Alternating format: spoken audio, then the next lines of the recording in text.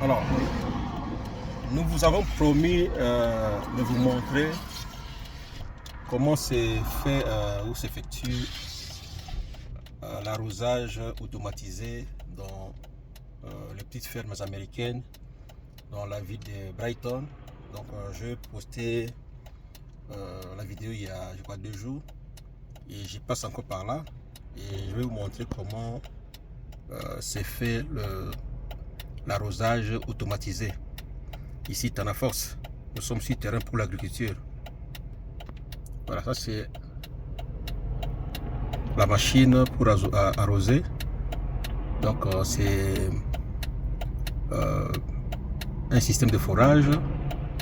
Il y a un tuyau qui est enfoncé dans le sol pour tirer l'eau de la profondeur vers la surface.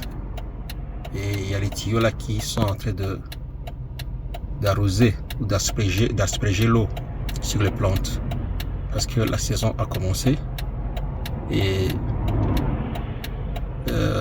cette machine d'arrosage est de grande envergure, c'est à peu près 100 mètres. Donc si vous voyez, ça va jusqu'au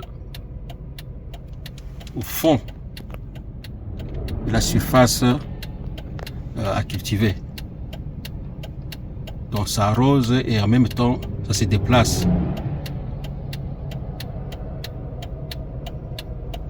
Ça se déplace, vous voyez les pneus, une vitesse même de 5 km à l'heure pour couvrir toute la surface. Donc c'est des choses que nous pouvons copier, la technologie que nous devons copier dans nos fermes.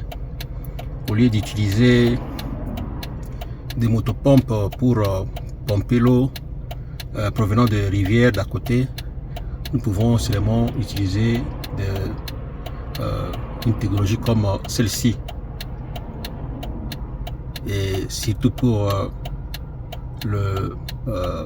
les plantes de petite taille, pour la plupart des cas, pas pour les arbres parce que cette machine aura des difficultés pour se déplacer. Voilà les amis, c'est une technologie vraiment très intéressante.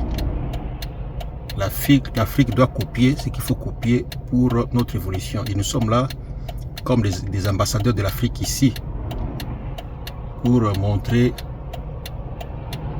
ce que nous trouvons intéressant. Voilà. Donc il y a beaucoup de fermes comme ça à côté. Ce sont des petites fermes, mais qui produisent, je disais, ce sont des petites fermes, mais qui produisent,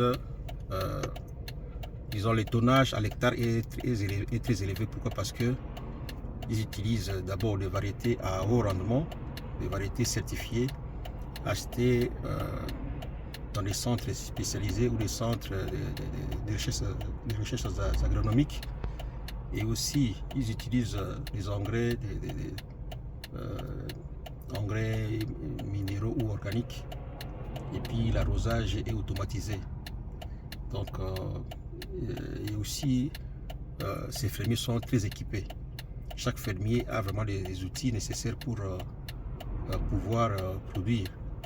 Donc, un espace comme ça, vous allez voir qu'il y a, ça sera beaucoup de tonnes à l'hectare, comparativement à nos champs en Afrique. Donc, nous devons copier cette façon de faire.